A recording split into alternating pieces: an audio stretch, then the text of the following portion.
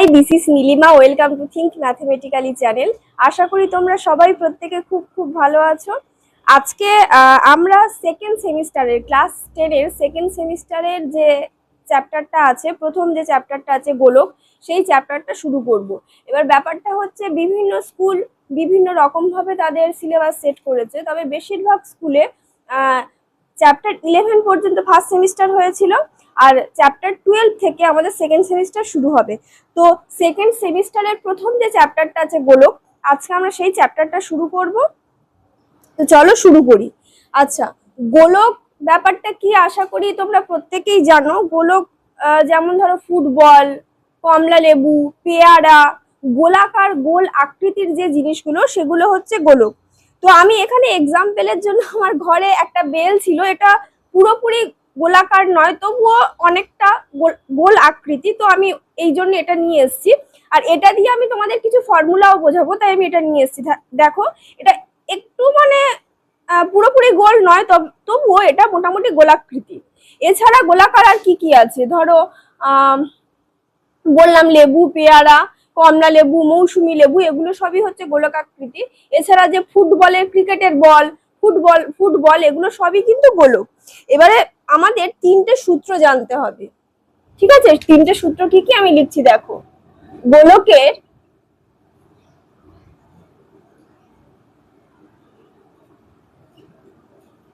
সমগ্রতলের ক্ষেত্রফল,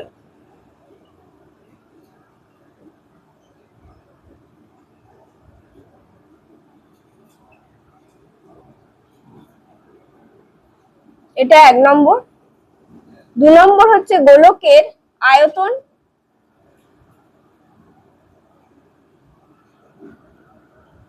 আর 3 নম্বর হচ্ছে গোলকের অর্ধগোলকের, এই দুটো গোলকের হলো। এবার অর্ধগোলকের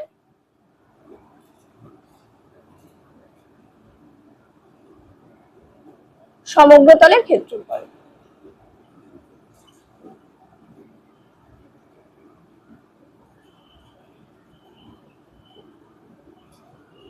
মোটামুটি প্রথমে আমাদের এই তিনটে সূত্র জানতে হবে।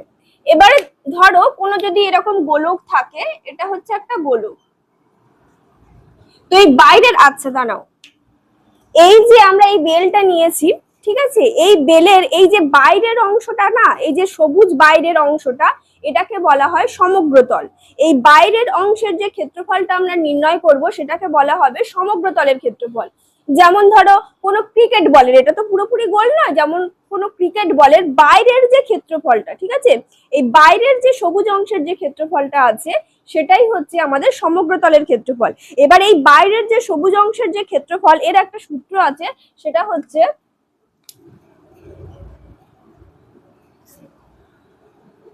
4πr²।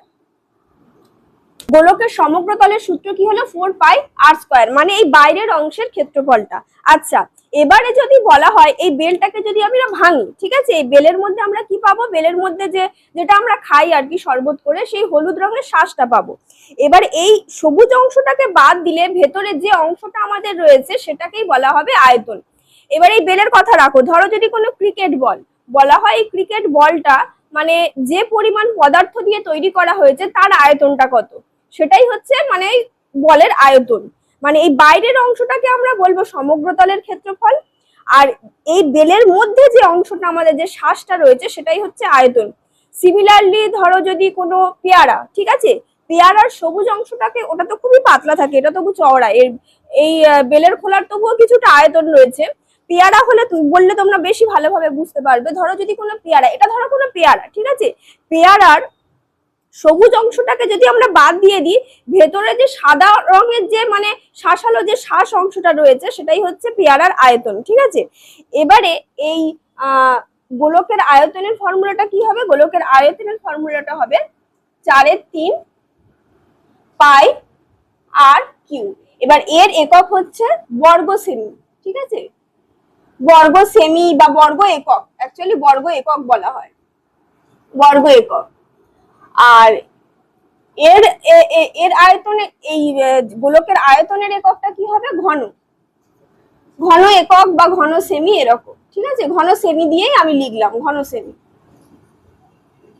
এবারে অর্ধগোলক ব্যাপারটা কি, ধরো যদি আমি এই বেলটাকে, ঠিক আছে, মাঝখানে, এটা তো পুরো গোল, মাঝখান থেকে পুরোপুরি একদম স্কেল দিয়ে মেপে, ঠিক আছে, আধগানা ভাগ করে দিলাম, আধগানা এরকম ফাটিয়ে দিলাম, দিয়ে আধগানা বাদ দিয়ে রাখলাম আর আধগানা রাখলাম। মানে আধগানা যদি রাখি, এই আধগানা বাইরের অংশের ক্ষেত্রফল, আর মাঝখান থেকে যে কাটলাম সেই আধগানা যে সমান অংশটা পাবো তার ক্ষেত্রফল, এই দুটো মিলিয়ে যে ক্ষেত্রফলটা হবে সেটা হচ্ছে অর্ধগোলকের সমগ্রতলের ক্ষেত্রফল। মানে ব্যাপারটা এই রকম হবে, এই তো ধরো কোনো গোলকের এই আধগানা বাইরের অংশের ক্ষেত্রফল, ঠিক আছে, আর এইখানে থাকবে সমান অংশটার ক্ষেত্রফল। মানে কোনো বাটি, ধরো কোনো গোলাকার কোনো বাটি, সেই বাটিটাই ধরো চাল পূর্ণ করা আছে কিংবা ধরো কোনো কিছু ভর্তি করা আছে, তো সেই সমান অংশটার ক্ষেত্রফল আর নিচের যে বক্রতলের ক্ষেত্রফল সেটাই হচ্ছে অর্ধগোলকের সমগ্রতলের ক্ষেত্রফল। এবারে এই বেলটা আমি ভেঙে দেখাতে পারবো না, ঠিক আছে, বেল ভেঙে দেখালে আমার মাথা ভেঙে ফেলবে এখন। তো এই বেলটাকে যদি আমি, তবু বলছি, এই বেলটাকে যদি আমি মাঝ বরাবর এরকম দাগ টেনে দিয়ে,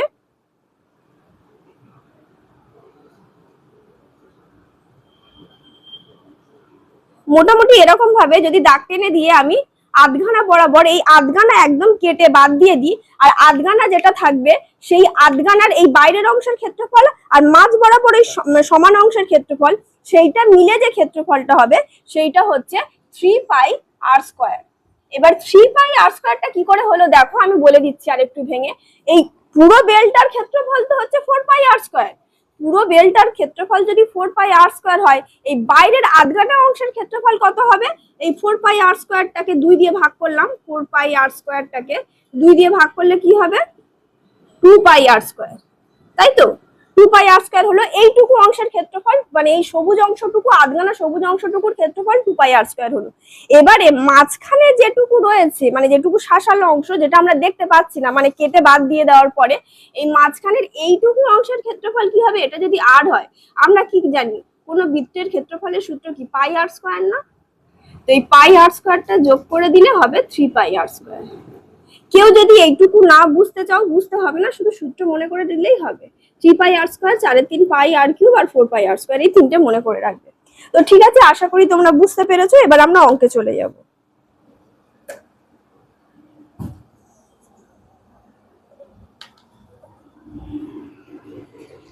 কি আছে, একটি গোলকের ব্যাসার্ধের দৈর্ঘ্য 10.5 সেমি হলে তার সমগ্রতলের ক্ষেত্রফল কত। আচ্ছা, সমগ্রতলের ক্ষেত্রফলের কি সূত্র সেটা আমি বললাম, ব্যাসার্ধ বলে দিয়েছে কত, ব্যাসার্ধ বলে দিয়েছে 10.5 সেমি, তাহলে সমগ্রতলের ক্ষেত্রফল কি হবে,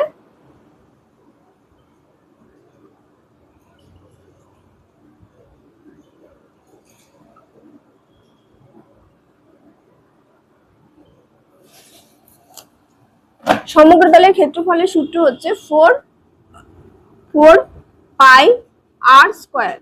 এবার তোমরা প্রত্যেকেই জানো পায়ের মান হচ্ছে 22/7, তো আমরা 22/7 লিখলাম, আর আর এর মান হচ্ছে 10.5, তাহলে 10.5 এর স্কয়ার, তো 4 × 22/7, 10.5টাকে আমরা দুবার লিখবো যেহেতু স্কয়ার আছে 10.5। এবার 7 দিয়ে কাটাকাটি যাবে, 7 দুগুণে 14, 7 একে 7, 8 9 10, 7 5 এ 35, 7 দিয়ে 10.5টাকে কাটলে 1.5 হলো। এবার এগুলোকে সব গুণ করতে হবে, 4 এর সাথে 22 গুণ করলে হয় 88, আর এদিকে 10.5 এর সঙ্গে আমরা যদি 1.5 গুণ করি তাহলে হবে 5 5 এ 25, 5 একে 5, 1 5 এ 5, 0 1, মানে হবে 5 7 5 1। এবারে এটাকে যদি আমরা 88 দিয়ে গুণ করি দেখো তাহলে কি হবে, 8 5 এ 40, 0 হাতে থাকে 4, 8 7 এ 56, 57 58 59 59 60, 0 হাতে থাকে 6, 8 5 এ 40 46, 6 লিখলাম, হাতে থাকে 4, 8 একে 8, 9 10 11 12 126, তাহলে এটা হলো 0 0 6 2 1, তাহলে হলো 0 0 6 8 3 1। 1386, তাহলে 1386 বর্গ সেমি, এটাই হবে অ্যান্সার। দেখে নাও, খুবই ছোট্ট অঙ্ক। এবার লিখে দেবে গোলকের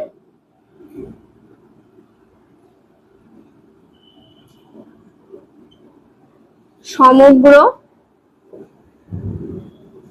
তলের ক্ষেত্রফল 1386 বর্গ সেমি।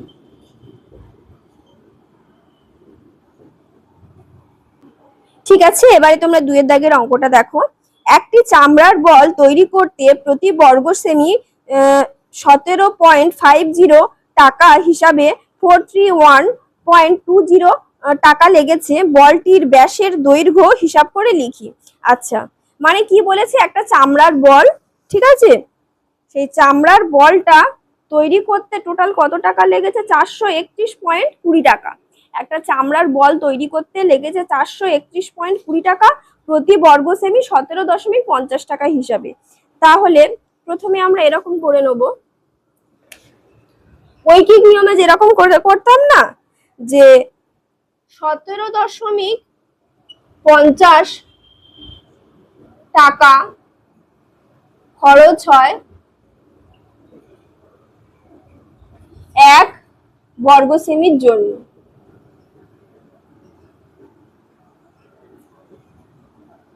তাহলে 431.20 টাকা খরচ হবে কত বর্গ সেমির জন্য, সেটা আমরা প্রথমে বের করে নেব। তাহলে 431.20 ইন্টু 1/17.50 বর্গ সেমির জন্য। এবারে এইটাই হচ্ছে বলের ক্ষেত্রফল না? এইটা বলেছে একটা চামড়ার বল তৈরি করতে আমাদের 431.20 টাকা খরচ হয়, ঠিক আছে, একটা চামড়ার বল তৈরি করতে আমাদের 431.20 টাকা খরচ হয়। তাহলে মানে 1750 টাকা যদি 1 বর্গ সেমি করতে খরচ হয়, তাহলে এই সমগ্র বলের ক্ষেত্রফল কত? এইটাই হচ্ছে সমগ্র বলের ক্ষেত্রফল না? তো এবারে আমাদের জানতে চেয়েছে কি বলটির ব্যাসের দৈর্ঘ্য কত। ব্যাসের দৈর্ঘ্য পরে আসি, আমরা ধরে নেব, মনে করি বলটির ব্যাসার্ধ সমান r সেমি, ঠিক আছে। এবার প্রশ্নানুসারে কি লিখবো? আমরা কি জানি যে কোন বলের সমগ্র তলের ক্ষেত্রফলের সূত্র কি? 4πr²। এই সূত্রটা লিখলাম, আর ডান দিকে আমরা এটা লিখে দেবো 431.20 বাই 1750। এবার এখানে মানগুলো বসিয়ে দেবো, 4 ইন্টু 22/7 ইন্টু r² সমান 431.20 বাই 1750। এবার বাদ বাকি 8টা এদিকে রাখবো, বাদ বাকি সব ওদিকে পার করে দেবো। r² equal to 431.20 by 1750 into 7, আর নিচে হবে 4, 7, আর এখানে সরি, উপরে 7, নিচে 22, আর উপরে 4, আর কি করছি, হ্যাঁ নিচে হবে 4। এবার এটাকে কাটাকাটি করতে হবে। এবারে দেখো, এইটার দশমিক উঠে গেল, এর 0 কেটে গেল, এর 0 কেটে গেল, ঠিক আছে। এবারে আমি এটাকে 11 দিয়ে প্রথমে কাটি, 11 দুগুণে 22, এটাকে আচ্ছা 2 দিয়ে প্রথমে কাটি, 2 11 22, 2 দুগুণে 4, 2 1 2, 2 5 10, 2 6 12, ঠিক আছে। এবারে 4 দিয়ে কাটি, 4 5 20, 4 5 20, 4 3 12, 13 14 15, 4 9 36, ঠিক আছে। এবারে 11 দিয়ে কাটি, 11 4 44, 45 46 47 48 49 50 51 52 53, 11 9 99, ঠিক আছে। এবারে 17.5 আছে, 49-এর সাথে আমি যদি 5 গুণ করি, 5 9 45, সাথে থাকে 4, 5 4 20, হবে না এটা। আচ্ছা 7 দিয়ে কাটাকাটি যাবে কি? হ্যাঁ 7 দিয়ে যদি কাটি, 7 দুগুণে 14, 15 16 17, 7 5 35। ঠিক আছে, তাহলে আমাদের এখানে হলো 49/25। ঠিক আছে, তাহলে আর এর মান হচ্ছে 49/25। তাহলে এই আর স্কোয়ারের মান, তাহলে আর এর মান কত হবে? আর এর মান হবে √49/25 মানে 7/5। আর 7/5 মানে কি? 7/5 এটা ভাগ করে নাও, 5 একে 5, 6 7, তাহলে দশমিক নিয়ে একটা শূন্য নিলাম, 5 4 20, 1.4। 1.4 হচ্ছে ব্যাসার্ধ। এবার আমাদের জানতে কি চেয়েছে? আমাদের জানতে চেয়েছে বলটির ব্যাস। তাহলে বলটির ব্যাসের দ্বিগুণ হয়ে যাবে। তো আমরা লিখে দেবো, এইখানে উত্তরটা আমি লিখছি।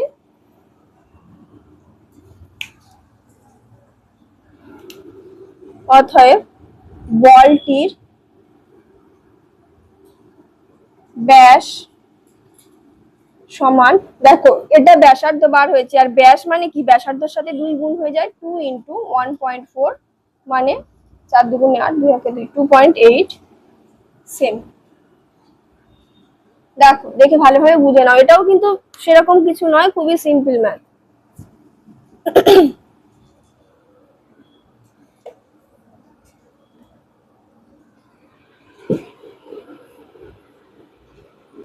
ঠিক আছে, এবারে 3 দাগের অঙ্কটা দেখো।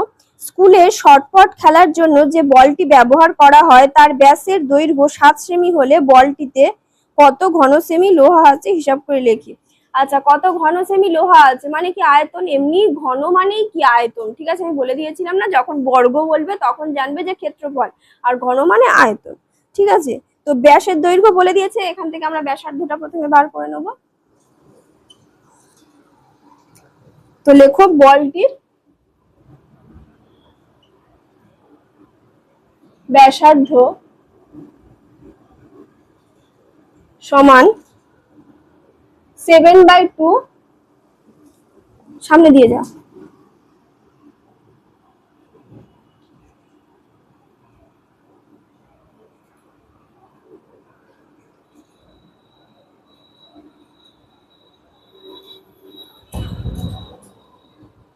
তো বলটির ব্যাসার্ধ সমান 7/2। এবার এটাকে, এটা 7/2 সেমি লিখে দিলাম এখানে। ঠিক আছে, তাহলে বলটির আয়তন কত হবে?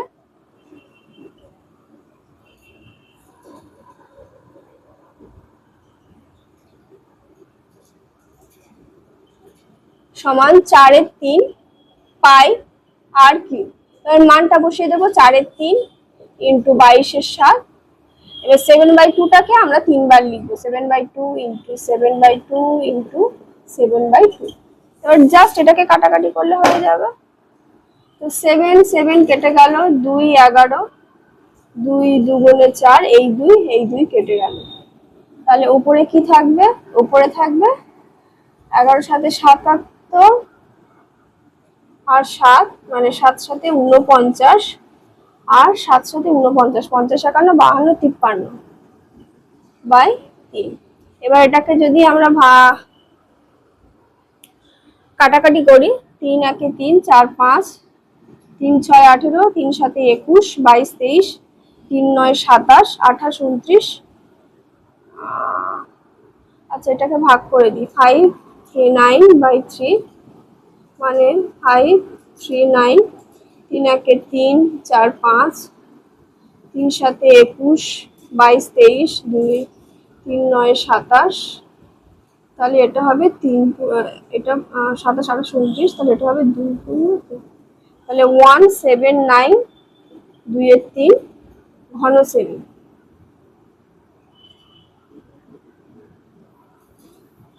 ঠিক আছে, এবার আমরা উত্তরটা লিখে দেবো। অতএব বলটিতে 179 2 3 ঘন সেমি লোহা আছে। ঠিক আছে, ঠিক আছে।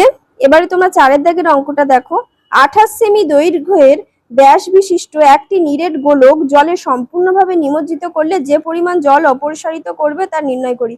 এই তোমরা সেই আর্কিমিডিসের গল্পটা জানো, ইউরেকা ইউরেকা? তো ব্যাপারটা হয়েছিল, আর্কিমিডিস একদিন কুয়োর জলে স্নান করছিলেন, ঠিক আছে? তো কুয়োয় ধরো এরকম জল ছিল, এটা ধরো একটা কুয়ো, এরকম জল ছিল। তো উনি কি করেছিল, ধাপাস করে এর ভিতরে মানে ডুব দিয়েছিল। তো ইনি যখন এর ভিতরে ডুব দিয়েছিল, কিছুটা জল বাইরে মানে বাইরে বার হয়ে গেছিল, ঠিক আছে? তো ইনি যখন মানে এর ভিতরে ঢুকেছিল, কিছু পরিমাণ জল বাইরে বার হয়েছিল। তখন তিনি একটা সূত্র আবিষ্কার করেছিলেন যে কোনো বস্তু যখন কোনো জলের মধ্যে নিমজ্জিত করা হয়, সেই বস্তুর আয়তন যতটুকু হয়, ঠিক আছে, সেই পরিমাণ জল বাইরে বার হয়ে যায়। মানে আমি যদি এই কুয়োর মধ্যে বা কোনো বক্সে জল আছে, তার মধ্যে যদি কোনো বলকে ফেলে দিই, ঠিক আছে, এই বলটার আয়তন যতটুকু হয় সেই পরিমাণ জল কিন্তু বাইরে বার হয়ে যাবে। মানে এটা যদি পুরোপুরি ভর্তি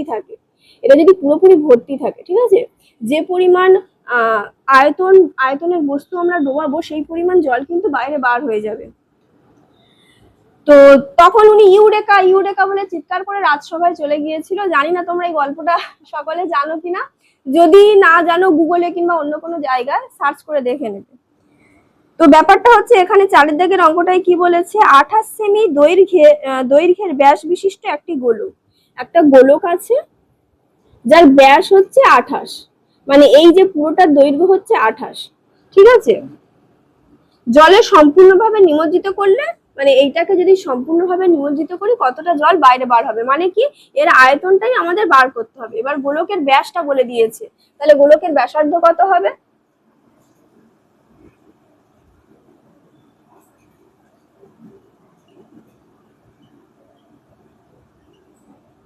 গোলকের ব্যাসার্ধ সমান 18/2 সমান 2 একে 2, 4 দুগুণে 8, এত সেমি।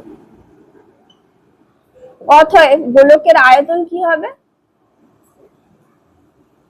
গোলকের আয়তন সমান 4/3 pi r cube, 4/3 into 22/7 into 14 into 14 into 14, মানে 7 দুগুণে 14। আচ্ছা আর যাবে না। তো এখানে 4 দুগুণে 8 যদি হয়, তাহলে 22-এর সাথে যদি আমরা 8 গুণ করি, আচ্ছা 22-এর সাথে যদি আমরা 8 গুণ, 8 দুগুণে 16, 8 দুগুণে 16 17, 176, ঠিক আছে? এবার এর সাথে 14 স্কয়ার, এবার 14 14 গুণ করলে কত হয় তোমরা জানো কি? আমি করে দিচ্ছি। 4 4 16, হাতে থাকে 1, 4 একে 4, 5, 4 একে 4, 1 একে 1, তাহলে 6, 4 দুগুণে 8, 9, 196।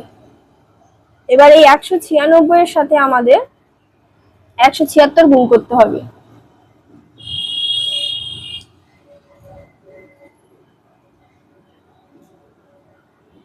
তো এখানে 6, হাতে থাকে 3, 6 9 54, 55 56 57, 7, হাতে থাকে 5, 6 একে 6, 7 8 9 10 11। এবার 7 দিয়ে গুণ করলে হবে 7 ছক 42, হাতে থাকে 4, 7 9 63, 64 65 66 67, 7, হাতে থাকে 6, 7 একে 7 8 9 10 11 12 13। তারপরে 1 দিয়ে গুণ হবে 6 9 1, তাহলে 6 7 8 9, 6 দুগুণ 12 13, 4, হাতে থাকে 10 13 14, তাহলে 3। এবারে তাহলে এখানে ওপরে কি হবে? ওপরে হবে 34496/3।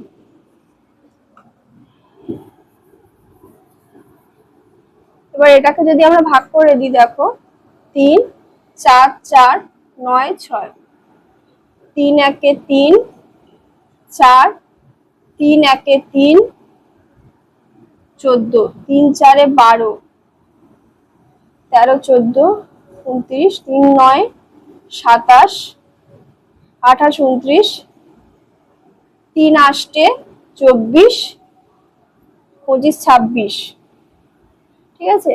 তাহলে এখানে হবে উত্তরে 11 4 9 8 পূর্ণ 2 এর 3, তাই তো? এটাই হবে অ্যান্সার। তো আমি এই ভাগটা মুছে দিচ্ছি, ভাগটা আমি তোমাদের করে দেখিয়ে দিলাম, এটা হবে অ্যান্সার।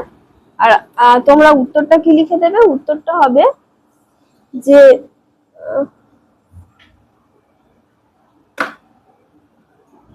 সম্পূর্ণভাবে নিমজ্জিত করলে যে পরিমাণ জল অপসারিত হবে তা নির্ণয় করি। অতএব 11 4 9 8 0 2 এর 3 ঘন সেমি জল অপসারিত হবে। ঠিক আছে, দেখে নাও।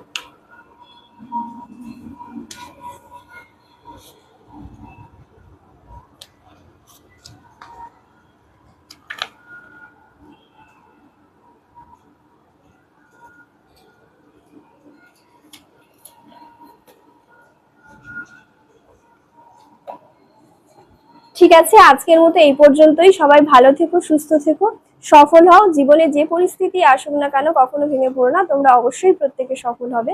আর আমার ক্লাস যদি তোমাদের ভালো লেগে থাকে আমার চ্যানেলটা সাবস্ক্রাইব করে দিও আর বন্ধুদের কাছে শেয়ার করে দিও। বাই।